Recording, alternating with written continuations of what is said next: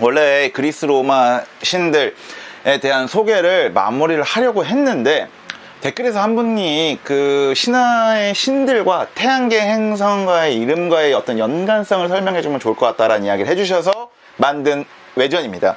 어찌 보면 이번 편이 그 어떤 제 컨셉 아는 척하기에 최적화된 영상이 아닐까 싶습니다.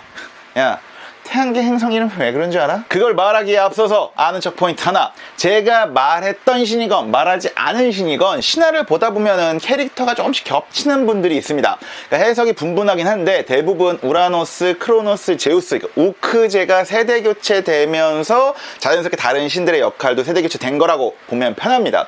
특히 올림포스 이전의 신들은 대부분 자연이라든지 그 개념 자체로의 신의 성격이 강했고 올림포스 시대부터는 인격을 갖는 신들이라고 또 생각을 하면 편하겠죠. 신의 왕으로서 하늘의 신 역할을 맡고 있는 신들은 우라노스, 크로노스, 제우스로 승계가 되고요. 바다 신은 우라노스의 형제인 폰토스부터 우라노스의 아들인 오케아노스, 그리고 크로노스의 아들인 포세이돈으로 이어집니다. 그리고 대지의 여신이자 땅의 어머니의 지위조 가이아에서 우라노스의 딸인 레아, 그리고 크로노스의 딸인 데메테르로 승계가 되고요. 태양신의 역할은 우라노스의 아들인 히페리온, 그리고 히페리온의 아들인 헬리오스, 그리고 제우스의 아들인 아폴론으로 승계가 됩니다. 그리고 달의 여신 역할도 히페리온의 딸이자 제우스의 사촌인 셀레네에서 제우스의 딸인 아르테미스로, 전쟁의 신은 우라노스의 손자이자 제우스의 사촌인 팔라스에서 제우스의 딸인 아테네와 아레스로 승계가 됩니다. 지하세계의 신도 부딪히면 태초에 생긴 어둠의 신 에레보스에서 에레보스의 또는 가이아의 아들 또는 그냥 자연신인 타르타우스, 그리고 크로노스의 아들인 하데스로 이어지죠. 그냥 보고 그렇구나 라고 보시면 됩니다. 1도 중요한 내용이 아닙니다. 그냥 여러분 앞에서 저도 아는 척한 겁니다. 그리고 전쟁의 신은 이복남매끼리 겹치기도 해요. 제우스의 아들인 아레스와 제우스의 딸인 아테나죠. 흔히 아레스는 괴팍한 전투의 신이고 아테나는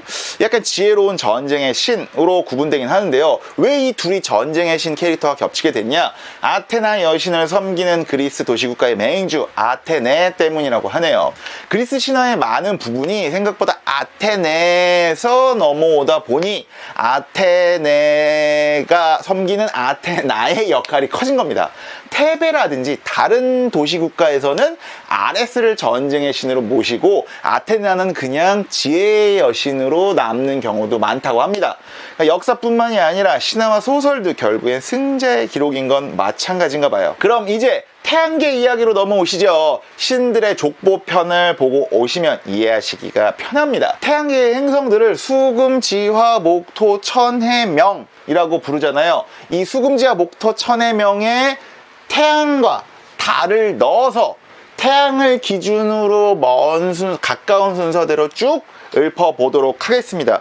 물론 이 고대 그리스인들 같은 경우는 태양 중심으로 행성들이 돈다라고 하는 지동설이 아니라 지구를 중심으로 태양과 행성들이 돈다는 천동설의 세상에서 살았기 때문에 오히려 지구에 가까운 신들, 지구에 가까운 행성들이 더 높은 급의 신들과 매칭이 되었다는 사실만 간단하게 알아주시면 될 것 같습니다. 우선 태양, 영어로 sun이죠. 그런데 sun 말고 다른 단어도 있습니다. 바로 솔라, 그리고 헬리오, 요런 단어들입니다. 참고로 sun이라는 단어는 그 게르만어에서 왔다고 해요. 그리고 솔라는 라틴어, 그러니까 이탈리아어, 그리고 헬리오는 그리스어에서 어원을 두고 있다고 합니다. 이게 왜 그러냐? 그리스 신화에서 아폴론 이전의 태양신이 헬리오스였어요. 헬리오스는 로마에서는 솔이라고 불렸죠. 헬리오스는 티탄 12신 히페리온과 테이아의 아들입니다. 그러니까 크로노스의 조카이자 제우스의 사촌인 거죠. 이 헬리오스, 솔의 이름 때문에 태양을 가리키는 솔라 또는 헬리오라는 영어 단어가 생겨납니다. 아까도 말했지만 이 지구 중심적인 사고를 하는 그리스인들은 오히려 태양을 지구 또는 우라노스 또는 어떤 토성, 세턴보다 그 격을 낮췄습니다. 수금지와 목토 천해명의 첫 번째 행성은 우리가 머큐리라고 합니다. 머큐리는 제우스의 아들이자 전령과 상인의 신인 헤르메스의 로마식 이름입니다. 전령과 상인의 신이는 아주 빨랐는데 태양과 가장 가까운 수성 공전 궤도가 짧다 보니 이 빨리 돌아서 이름이 그렇게 지어졌다고 전해져요. 수금지와 목토 천해명의 금성은 영어로 비너스입니다. 이 비너스 어디선가 한 번은 들어본 적이 있죠? 미의 여신을 그리스에선 아프로디테라고 하고요. 로마에서는 비너스라고 부릅니다. 그럼 금성의 이름은 미의 여신의 이름에서 따온 거겠죠. 그리스인들은 금성을 전체 중에 가장 아름답다고 생각을 해서 이 미의 여신의 이름을 붙였다고 해요. 참고로 우리나라에서는 이 새벽 동쪽의 하늘에서 밝게 빛나기 때문에 샛별로도 불리고요.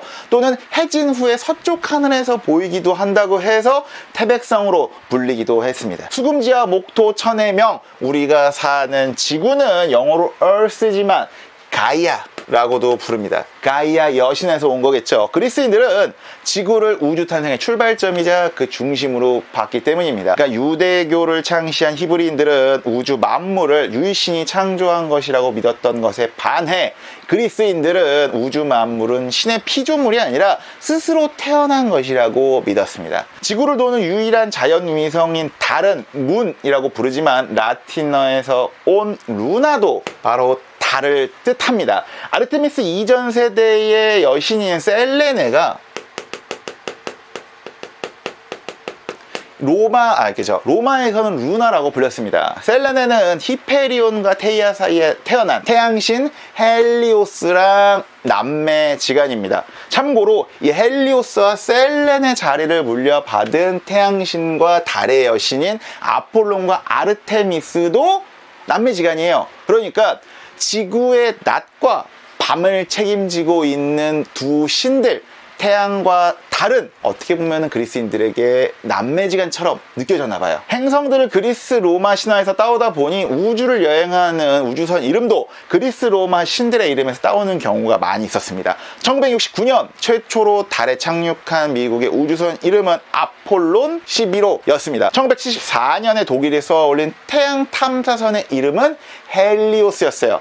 그리고 루나는 옛 소련이 달을 탐사하게 만든 우주선들의 이름으로 사용이 됐죠. 수금지와 목토 천의 명, 화성은 영어로 마르스입니다.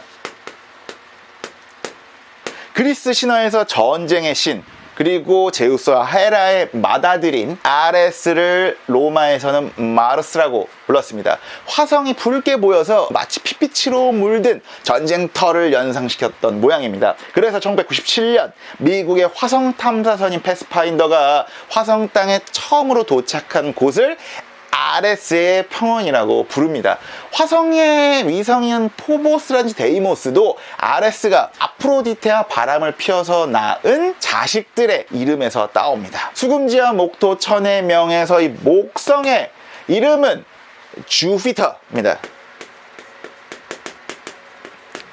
이 주피터는 유피테르, 제우스의 로마식 이름입니다. 목성이 태양계 행성 중에 제일 크기 때문에 붙여진 이름이라고 하네요. 목성에는 위성이 참 많아요. 제우스와 바람핀 여성들만큼이나. 그래서 목성의 위성은 대부분 제우스의 애인들의 이름에서 가져옵니다. 목성의 위성 메티스는 제우스의 사촌이자 첫 번째 부인인 지의 여신 메티스에서 따왔습니다.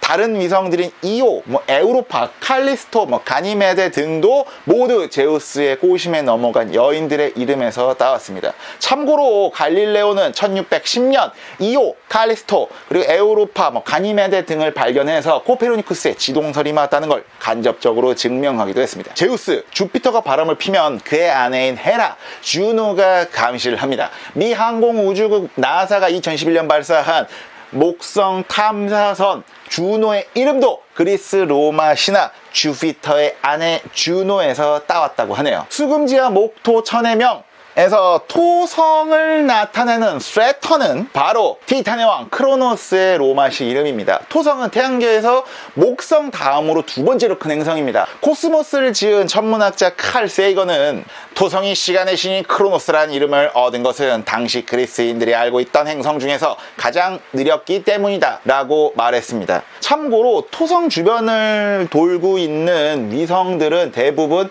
티탄족 의 이름을 딴 것이 많습니다. 그리고 또 하나 참고로 그 토성을 망원경으로 처음 관측했던 사람도 갈릴레오였어요. 여기서 잠깐 태양과 지구를 뺀 수, 금, 화, 목, 토, 성은 왜 동양에서 수성, 금성, 화성, 목성, 토성으로 불리게 된 걸까요? 고대 동양인들에겐 행성이 5개였대요. 당시의 어떤 관측 기술로는 천왕성부터는 찾을 수 없었겠죠. 그 5개의 행성의 이름을 당시에 유행하던 음양 5행설 중에 5행에 입각해서 만들어졌습니다. 5행은 수, 금, 화, 목, 토 인데 각 행성의 5행이 적용된 거는 그 5행이 대표하는 색과 이 행성들의 보이는 색깔이 연관이 있는 것으로 보입니다. 화성은요 빨개 보이고, 목성은 푸르러 보이고, 수성은 좀 까맣게 보이고, 토성은 누렇게 보이고, 그리고 금성은 상대적으로 하얗게 보여서 그런 이름들이 붙여진 것 같습니다. 참고로 이 천왕성, 해왕성, 명왕성이라는 명칭은요 서양 천문학의 영향을 받은 일본인이 자의적으로 붙인 거라고 합니다. 그럼 이제 이 천왕성, 해왕성, 명왕성으로 한번 넘어가 볼까요? 천왕성의 이름은요 가이아의 남편이자 제우스의 할아버지이자 크로노스의 아버지인 하늘의 신 우라노스입니다. 물론 고대 그리스인들은 우라노스, 그러니까 천왕성의 존재 자체를 아예 몰랐어요. 18세기에 발견된 천왕성은 19세기부터 이 우라노스로 불리기 시작을 했죠. 새로 발견된 행성이 이 토성보다 멀리 떨어져 있어서 아들이 여기 있고 아빠가 여기 있으니까 우라노스가 할아버지면 좋겠네? 라는 의미에서 천왕성 이름을 우라노스로 붙여진 겁니다. 해왕성은 이름만 봐도 바다가 떠오르죠. 바다의 신인 포세이돈의 로마식 이름은 바로 넵투누스입니다. 해왕성의 영어 이름 넵튠은 바로 포세이돈, 넵투누스에서 따온 겁니다. 과학 저술가인 아시모프는 해왕성의 녹색빛이 감도라서 포세이돈의 이름을 붙여줬다고 합니다. 지금도 해왕성은 청록색의 진주라는 별명을 갖고 있어요. 명왕성 할 때 명은 어둠과 저승을 뜻합니다. 그럼 누구겠습니까? 저승의 신인 하데스. 그 하데스의 로마식 이름인 플루토가 바로 명왕성의 영어 이름입니다. 명왕성이 발견됐을 때 이름을 뭘로 짓느냐가 은근히 이슈였다고 해요. 아틀라스, 페르세우스, 미네르바 등등 다양한 이름이 후보였는데 자신을 감출 수 있는 투구를 지닌 하데스와 눈에 잘 보이지 않는 명왕성이 은근히 잘 맞아서 이 플루토 하데스라는 이름을 갖게 됐죠. 일반인들에게 잘 알려져 있지 않지만 10번째 행성으로 불리는 행성도 있습니다. 불화의 여신 에리스에서 따온 행성입니다. 이 에리스라는 행성은요 2005년에 처음 발견된 행성이에요. 에리스가 발견이 되고 천문학계에서는 플루토, 그러니까 명왕성과 에리스를 이 행성으로 볼 거냐 아니냐고 굉장히 격렬한 논쟁이 일어났습니다. 결국엔 2006년 플루토와 에리스는 행성의 지위를 잃고 난쟁이 행성이라는 뜻의 외소행성으로 격하가 되어버립니다. 에리스는 트로이 전쟁을 일으킨 불화의 여신이기도 합니다. 에리스를 발견한 마이클 브라운 미국 캘리포니아 교수는요 명왕성이 행성이냐 아니냐를 놓고 천문학자들 간의 불화가 빚어진 지금 그 상황에 딱 어울리는 이름이라고 설명을 했습니다. 태양과 달, 그리고 수금지화, 목토, 전해명, 태양계를 이루고 있는 9개의 행성인 머큐리, 비너스, 가이아, 마르스, 주피터, 세턴, 우라노스, 넵튠, 그리고 지구의 낮과 밤을 책임지고 있는 솔과 루나. 한때는 행성이었지만 불화의 여신 에리스 때문에 행성의 위치를 박탈당한 플루토까지 어디서 아는 척하기 딱 좋은 이야기죠. 그러나 스토리가 그렇게 간단하지만은 않습니다. 제대로 된 아는 척을 위해서 구독과 좋아요, 알림 버튼을 누르고 한 번 더 보세요. 그리고 두 번 더 보세요.